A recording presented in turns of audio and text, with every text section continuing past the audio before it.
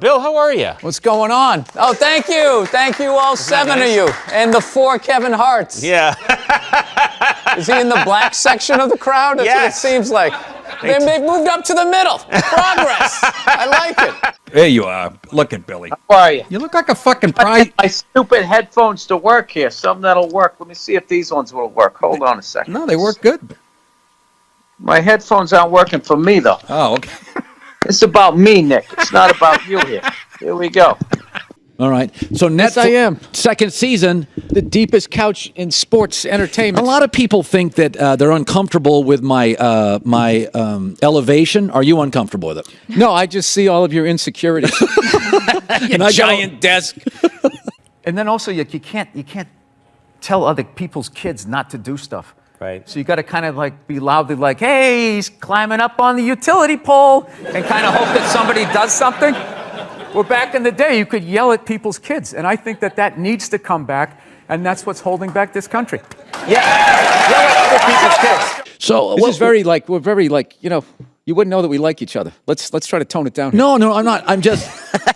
No, I know what happened. You came right at me just saying my theories stunk. I'm just here to promote a cartoon. I'm a dancing monkey today. I'm trying to be a good guy. I want people to like me and watch the show here, and you're coming at me. I don't know anything about hoop. I'm a 5'10" white guy. This dude is knocking it out of the park. He's one of my favorites. Here is Bill Burr.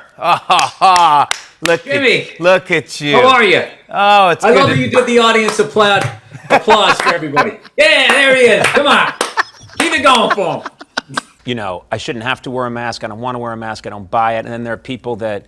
I love those people. What? Yeah, you like the people that flip out? Yeah, don't wear it. Yeah. Don't wear it. Go kill yourself. It's awesome. Because I have to be honest with you, I know a lot of people died from COVID, but I'm starting to see the traffic come back, and I selfishly thought I wish it killed a few more. I've always kind of been slightly dubious of a comedy competition, though. You don't have any confidence. No, You can't get up there and just do your dick jokes better than other people. No, I can't. I feel like it's not the right way to go about it. All you have to do is be louder than someone else Oh, I can do and that. flap your hands around. You're guaranteed to make the finals. I built a whole career on that. At some point, I was going to make a point here. That's why I keep looking at here, and I just realized I'm blocking myself out of the camera. I love that you have the jib camera for this, like it's an action movie. Let's swoop in at these two guys sitting in these unbelievably small chairs. I literally feel like I'm going to fall onto the floor. This is insane. You really went all out with the audience, though. They got full-size adult chairs. Are these like from the 20s before they had like horse tranquilizers in our food? When everybody was like 5'1"? Yeah, I fly a lot, and there's this whole new thing of generation of people that take their socks and their shoes off on the plane. You got to look at their smelly feet, and then they'll literally stand up and they will walk into a commercial airline bathroom. Yeah, use it and then walk and sit back down again. That's not right. Yeah, if I was a dictator, those people would be eliminated. A lot coming from the Hillary Clinton camp that Trump is bad for children. And they had a lot of ads that said, children are watching this guy Oh, we all know talk. that children 5 and 6 years old are always tuning into the debates. Taking notes. That's what I did when I was a kid. I'll never forget that. I'm just going to tell you how I discovered you. I do owe my whole career to you. I was struggling until Bobby Lee discovered me. Oh, no, not discover you in terms of like, you did it on your own, obviously, but no, in terms of my awareness of you. Oh. Can I tell you that story? Oh, no, I remember it was a big day in my career. Bobby Lee is finally aware of me. Am I on Bobby Lee's radar? See, this is what he's going to... This is when things start to happen. I'm not going to allow this to happen. Reversal. I'm not going to allow this to happen. Reversal. Yeah. I'm just going to plug away. You know what I mean? Listen, you can talk to him all you want. I can hear it. So are you in the process? I cannot get comfortable in this fucking chair. This is just like one of the worst things. This should be like in a museum, is like the prototype. This was the awful level of comfort. We went from a log to this, and then eventually they got cushions. It's another guy looking at his phone. I swear to God. Dude, the day Jesus comes back, if he ever does, if he's even a real person, like 90% of people are going to miss it. They're going to walk right. He's going to be walking on water, and they're immediately walking by him. They're not even going to see it. Long story short, Hugh Jackman plays the part of Gary Hart, and he was amazing. And I had a really fun scene where we were tailing him, we were chasing him down this alley, and he's like the nicest guy ever, but he's a big guy, he's like 6'4", and he's ripped. And we went down the alley, and his character's mad at our character, and he just turned around and looked at us, and for half a second, I was like, oh, that's Wolverine. And I legit got scared, and he's a big guy, you know, so... What's funny in this scene is as the reporter, I have like a notebook and I dropped it. And after the screening, we went to the Toronto Film Festival and all these actors are coming up to me. I love the choice you made. I love the choice you made to drop the notebook. I go, no, dude, that was real. I was like, there's a danger to buying that car. That big yellow, they see that big yellow prancing pony and they just come out, they come up out of the manhole covers. All these gold diggers, like a zombie movie. And that is a gold digger magnet. And they are so good at it, they can look and tell if it's rented or not. They know where to look for the sticker. I don't know how to do that. Oh, there we go. No, but now this is like the ego one. Now I'm going to be sitting above you. Yeah, you got to come with two. It's fine. It's fine. Sir, the one comedy through line that's working here is me shitting on this chair. Why would you take that from me? You're just totally going against the grain. I understand it. But you got on camera, so I think you get paid, even though this is online. Guys, every time I go into a store and I see something, they go, can we get a phone number? Watching somebody give them the phone number. Why would you do that? Yeah. I I always give the same, mine is all area codes. They go, what's your phone number? I'm like, 323-818-212-5. We've never taken a break in the middle of a guest. I know, I had all this momentum going. Now I got to start all over again. Go ahead. Go to the card. See this? We won game one. Here comes the second of the doubleheader. Is that a Rolex? Yes, it is. I finally bought one. 25 years in this business. Is it white gold or stainless? I don't know what it is. Is it heavy? No. Then it's stainless. Oh, is that what it is? Well, thank you. Thank you for taking my watch down a notch. I finally felt successful. You see this? You wouldn't say that if I had brown or black hair. I guarantee you. Blonde hair, you'd be over here giving me your watch. You really are the whitest person I've ever seen in my life. Yes. Served me well. I've never worked for anything. Yeah, I was born on a yacht. It's just all been downhill. I don't even mean it in. I don't mean it in a genetic way. I mean like. I do. I'm talking full-on white privilege. I was stunned when I first heard about white privilege. I had no idea what it was. It's like, hey, everybody doesn't get to do this. It seems as if the sun has never touched you. Job interviews right as I get out of the car. You're hired. Go home. We'll see you tomorrow. Being a mother is the hardest job out there. Most difficult job, and Oprah said that. Oprah said that, yeah.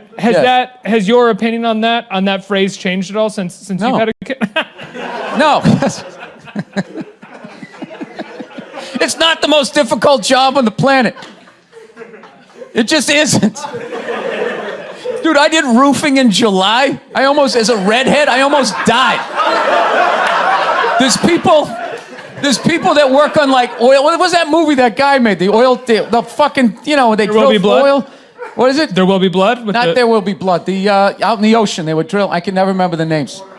Deepwater. Mark Wahlberg was Deepwater Horizon, yeah. Those guys were working on an oil rig. The fucking thing blows up. They're on fire. They got to jump into water that's on fire. Salty water into their wounds. You got to swim out of that oil and fire and then tread water, praying to God that the Coast Guard is going to get there before the sharks do. Now talk to me about a toddler. Oh, he was so fussy today. He wouldn't eat his peas. Yeah, and just the level of reward that is, as annoying as a kid is, like they smile at you and it's over. It's over. So, I mean, you don't get that, working on an oil rig when your buddy's greasy face lights up. You know what? It really is all worth it. I love the racist white guy thing. A bunch of racist white guys. They came out of the forest and they were just going, Trump, Trump, Trump. It's like, where were all these racist white guys the last two elections when they could have voted against a black guy? They were fine. Oh, I don't mind the black guy, but this white lady, we got to stop her. going to take her four-wheeler. So your Christian background is part of the show. Or at Yes, least and two I wanted episodes. to talk to you about Jesus after this. Well, the only reason why I bring it up is some people thought maybe you went a little too far. You know. As far as what? Well, they thought that maybe you were being disrespectful to the Christian religion. Who did? I'm telling you, you need to Google. Oh, good Lord. So did you feel you were probably being disrespectful, or just you were just having fun with some of the crucifixes and stuff like that? I don't even know what I mean, we did maybe 2 jokes about that? Yeah, exactly. Don't you think the Catholic Church went a little too far? More so than my cartoon. All right, listen. A couple of jokes. I know this is a morning show. You can't bring up all those crimes. You know what? Well, Technically, they just sort of kept moving them around. You know, like those killer whales at SeaWorld. After it kills a trainer, they'll then move it up to Seattle. They don't give them their background. all right, I'm not totally following, but I don't think You I know want what I'm talking about. It's a morning show. I understand. I like it. Thank you I for being came on. positive. That kid Positive. missed the graduation, and then it was a feel-good story. It was a feel-good, and we want to leave. If you want to feel good about America, you watch the morning shows. You don't watch this, you know. And we were watch- joking earlier. If that kid's story about the graduation was late night, that would have been a whole different story. What do you think? He's still missing. We can't find him. All we found was his hat. But you watch in the morning. It's great. It all worked out. He got his own personal graduation. Like, I was in such a great mood. Look how yellow this couch is. It's like the sun. But what did you say about the military that got people so mad? Or this one guy so I was mad? just saying, like, yeah, the guy who flies the fighter jet, okay, and has missile shot at him, that guy's a hero. However, if you're the guy that, like, points in the direction that the plane takes off in, you know what I mean? Hey, this is Southside Steve, and this is Southside Steve TV, and this is Bill Burr. That's your question? I'm just saying who you are. Oh, yeah, all right. I don't like you creep me out with that big microphone and that country western shirt. Oh, no, this isn't country western. It's like, it's hip now to wear this. okay. This is my nightclub look. Yeah, come on. All right. This is. I guess this is the internet, right? You just sort of just throw it out there. I just throw it out there. I figure you're a funny guy. Throw it out there. I'll throw it out there too. Well, here's the deal. Bill's a comedian. He's at the Punchline. He's in town, and you're a funny guy. You've got these routines in your head, so I figure I'll toss you a mic and you go. And I'm going to do stand up in front of 9 people in a radio station? No, I'm not doing that. Well, you're taking the fun out of Southside Steve TV. I'll take. How about I give you $5 and I want to watch you line dance and I'm a racist cowboy. You just had the baby, right? Yeah, little Friday morning. I did. My wife did. I didn't do anything. I felt unbelievably useless. I was in total panic mode. When I dropped her off at the emergency room, she goes, "All right, you got to go park the car down in the spot." And I swear to God, I was in such fight or flight. I was driving down there. This voice in my head just said, "Just keep going. Just keep going. Just drive away." Of course I wouldn't, but I started laughing. Isn't there like a Bruce Springsteen song about that? Going out to get cigarettes, and there's something hilarious about people abandoning their family, where like, I just can't imagine like the hell that you would be in to do that move, but just knowing you were gonna do it, like the level of excitement that you would have before, like, okay, I'm gonna go get some cigarettes, and I'm never gonna see you people again, your mother-in-law, all of this stuff is over. You never saw Weird Science, how creepy these nerds are? All these cameras on your phone, all of that. The people go on Ancestry.com. Why would you send your saliva into the internet? Why would you do that? Why don't you just go to the Illuminati and help them build your robot replacement? But do you like my mic? No, I don't. I don't. Please. Is that comfortable? Is this uncomfortable? This is. Yeah. No, don't, man. Honestly. Can I take the mic? Sure. Now that's the number one thing you don't do. As I learned that in broadcasting school, you never give up the microphone. See, now I have the power. This Bob Barker thing. Yeah. You're what is this? Rock 100.5. Mm-hmm. This is the worst interview I've ever done. And he's wearing Stetson cologne or something. It's just really overpowering. How you doing? You know what he looks like? He looks like the first guy who gets his ass kicked in a Steven Seagal movie. No. The background guy behind the big kingpin. Why don't you handle this? Conspiracy theory has gotten a bad name where now it's become synonymous with like moronic thought. Like if you're into conspiracy theory, if you think like the bankers need to be stopped, then you also think the moon is made out of cheese, and you think that there's shifters and like lizard people. You know, they just try to knock it down. It's like this country started with a conspiracy. That's how it came. We won, so they're considered heroes and rebels, you know, whatever, revolutionaries. But if they lost, they would be hanged for conspiring. Yeah. It's not like it spontaneously happened. Yeah. Like all of a sudden everybody just picked up a gun and started shooting at the British. You know, they sat around. they planned it out. They planned it out. Yeah. I'm kind of getting tired of these people. What do you It's funny when you said we won. I'm like, did we really win? But I understand what you're saying. Now, is that African American thing? Yeah. You're whatever incognito. You're an enigma. What, because I make a pie? No, you know what it is? You're not a good listener. You've known me for 10 years. You have no idea who I am. It's all about comedy with you and moving up the ladder and pushing people Now, are you getting out of an existing house and No, I'm going from a one-bedroom apartment, and I figured I'd finally go out and buy a damn house and not have to deal with, some jerk living above me or below me. All right. Yeah. Do my own little thing. Get my little 12 gauge, get a bunch of cans of tuna, get ready for the apocalypse. That's what I want to do. But is that, were you funnier, or was it just you enjoyed the difficulty more? I mean, I don't know if it makes you funnier because it's a harder show to do, or it's more. I don't either. Yeah. I don't either. But I will say that what I liked about it was that just that those years where you just so much of your stand-up career is just one impossible situation after another, and you're just standing there trying to do the math, like, how the fuck am I going to get these people? We don't have a microphone. Is that going to be a problem? Can you do 10 minutes while the In the darkness of the night, a flicker starts to glow. A beacon in the shadows, a light that starts to flow.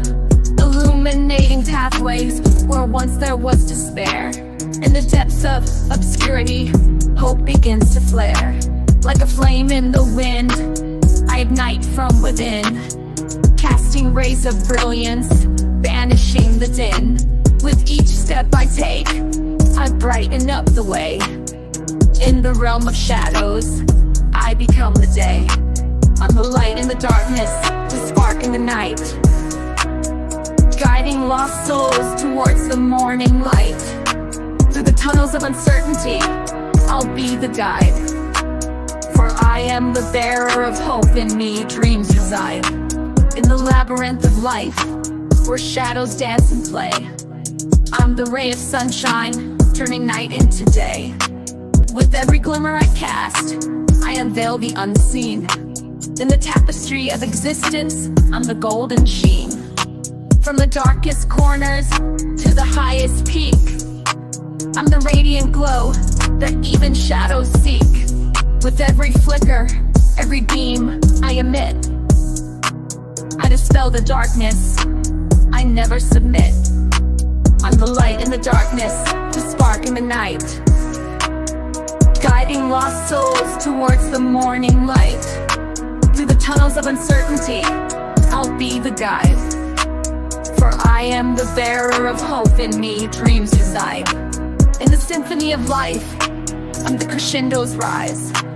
In the canvas of the universe, I paint the skies. So let the darkness tremble, let the shadows flee. For in the heart of radiance, I'll always be. I'm the light in the darkness, the spark in the night. Guiding lost souls towards the morning light. And changes. No, I can't. They're just going to take the instruments off and on the stage. No, that's not how it and works. as you're doing it, they're coming in there tuning up. Done gigs in hallways. Yeah. Hallways, areas that met in a hallway, cafeterias at like 1 p.m. Sure. The college kids have no idea there's going to be a show, and they just go, we have a comedian, his name's Bill Burr, here he is. And then you just walk up there and have to do an hour. Sure. Just an hour I know. of humiliation. I would always say to myself, in an hour and 1 minute, this is going to be over. And I'm going to be in my car driving away. And that's what I would do. And the part that I hated was the waiting to go on. Yeah, I still do. Once you go on, it's the hourglass has been turned over. Yeah. The sand's starting to fall. And every second you're up there, whatever hit you take, that's one less one you got to take. Yeah, and no, it's true. I used to always call it my college agent afterwards, flipping out. going, I'm fucking done with these things. I'm never fucking doing this again. I don't give a shit. He'd be like, all right. And then he knew I needed the money. Then he'd call me up and he'd be like, Billy, Scott Bass. That was my agent. Scott Bass calling. I know you said you're not going to do this, but I do have a nooner. I'm going to build around it. And, by then I'd be at home. And I cooled off. It was a couple weeks later from being on the road, and the rent was coming. I needed the money. And he would be like, all right, it's going to pay $700. It's like in the middle of Iowa for $700, all inclusive.